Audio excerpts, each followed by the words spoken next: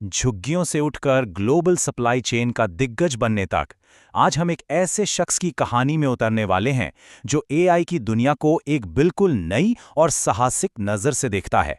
ये हैं शेखर नटराजन। तो चलिए शुरू करते हैं और सीधा उतरते हैं उनके सबसे चौंकाने वाले विचार पर।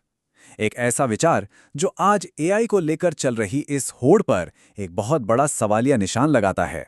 सवाल ये है कि ये जो अरबों खरबों डॉलर की एआई इंडस्ट्री खड़ी हो गई है, क्या उसकी नींव वाकई उतनी मजबूत है जितनी हमें लगती है, या फिर ये सब एक तरह के धोखे पर टिका हुआ है?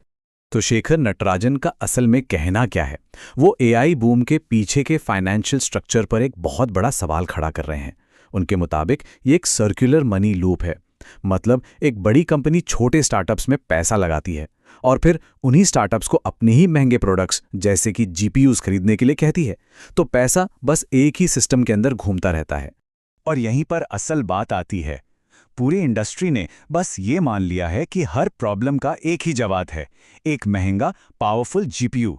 लेकिन नटराजन पूछते हैं, क्या हमने कभी रुककर ये सवाल किया है कि हर काम के लिए वाकई इतने बड़े और महंगे औजार की जरूरत है भी या नहीं?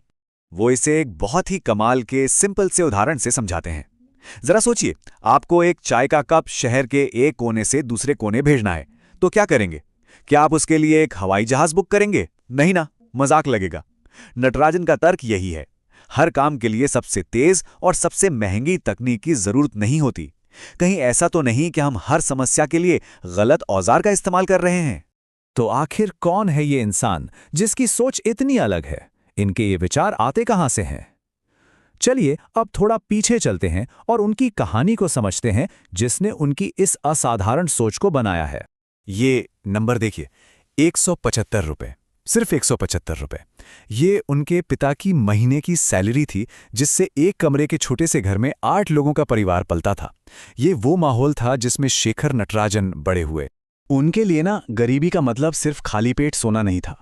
उनके शब्दों में गरीबी का असली दर्द था अदृश्य हो जाना। जब लोग आपकी तरफ देखें तो जरूर, पर आपको सच में देख ना पाएं। जब आपका होना या न होना कोई मायने ही न रखे। लेकिन उन्होंने इन मुश्किलों को हारने नहीं दिया, बल्कि उन्होंने इसे अपनी जिंदगी का सबसे जरूरी सबक बना लिया। उन्होंने गरीबी के स्कूल से 3 जबरदस्त चीजें सीखी। सहानुभूति यानी दूसरों का दर्द समझना, अंदर की आग जो हर डर पर काबू पाले, और एक बेहतर जिंदगी के लिए कभी ना मिटने वाली भूख। और बस यही आग, यही भूख उन्हें वहां ले गईं जहां उन्होंने दुनिया की कुछ सबसे बड़ी, सबसे जानी मानी कंपनियों की सबसे मुश्किल पहेलियां सुलझाईं। जरा उनके काम की रेंज देखिए। कोका कोला में जब प्रोडक्ट्स 50 से बढ़कर 3000 हो गए तो उन्होंने पूरी सप्लाई चेन को ही फिर से डिजाइन कर दिया। पेप्सिको के लिए एक बिल्कुल नई सेल्स और सप्लाई स्ट्रैटेजी बनाई। डिज्नी के लिए मैजिक बैंड का जबरदस्त आइडिया दिया। और वॉलमार्ट, अरे वाह, वॉलमार्ट के ग्रोसरी बिजनेस को तो सिर्फ 18 महीनों में 30 मिलियन से 5 बिलियन डॉलर पर पहुंचा दिया। तो इन्हीं सब असल दुनिया के अनुभवों से उनके एक बिल्कुल नए विचार ने जन्म लिया। एक ऐसा आइडिया जो आज की एआई की होड़ को एक अलग ही आईना दिखाता है, और वो है एंजेलिक इंटेलिजेंस। तो ये एंजेलिक इंटेलिजेंस है क्या भला? सीधी सी भाषा में ये ऐसी टेक्नोलॉजी है जो इंसानों को रिप्लेस करने के लिए नहीं, बल्कि अच्छे इंसानों की नकल करने के लिए बनी है। एक ऐसी तकनीक जो हमें भूले नहीं, बल्कि हमारे सम्मान को और बढ़ाए। इस बड़े से कॉन्सेप्ट को समझने के लिए चलिए एक छोटी सी पर बहुत पावरफुल कहानी सुनते हैं। ये कहानी है मार्गरेट की, जो 78 साल की एक ग्राहक थीं जब नटराजन वॉलमार्ट में थे। ये देखिए, ये मार्गरेट का महीने का बजट है। ज्यादातर पैसा कहाँ जा रहा है? किराए में, खाने पीने में और बिजली के बिल में। और उनकी दिल की जो जरूरी दवाइयाँ थीं, उनके लिए 1% से भी कम पैसा बचता था। सोचिए।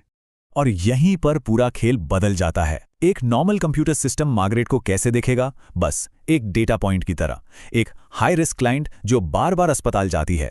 लेकिन एक एंजेलिक सिस्टम क्या देखेगा? वो एक इंसान को देखेगा, एक बुजुर्ग महिला जो अपनी जान बचाने वाली दवाई की डोज आधी कर रही है। ये सिस्टम उसकी मदद करेगा, जिससे न सिर्फ उसकी जान बचेगी, बल्कि लंबे समय में पूरे सिस्टम का खर्चा भी कम होगा। जैसा वो कहते हैं, हमें ऐसी टेक्नोलॉजी बनानी चाहिए जो इंसानों को याद रखे, उन्हें और बेहतर बनाए, न कि ऐसी जो हमें भूल ही जाए।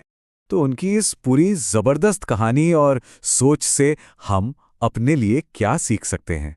वो आगे का रास्ता भी दिखाते हैं जो बहुत ही साफ है।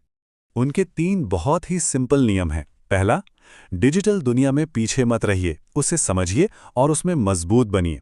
दूसरा, और ये शायद सबसे ज़रूरी है, अपनी सोचने की ताकत किसी मशीन को मत दीजिए, अपना दिमाग इस्तेमाल कीजिए। और तीसरा, अपने इरादे हमेशा अच्छे और बड़े रखिए। और मैं आपको इसी सवाल के साथ छोड़ना चाहता हूं।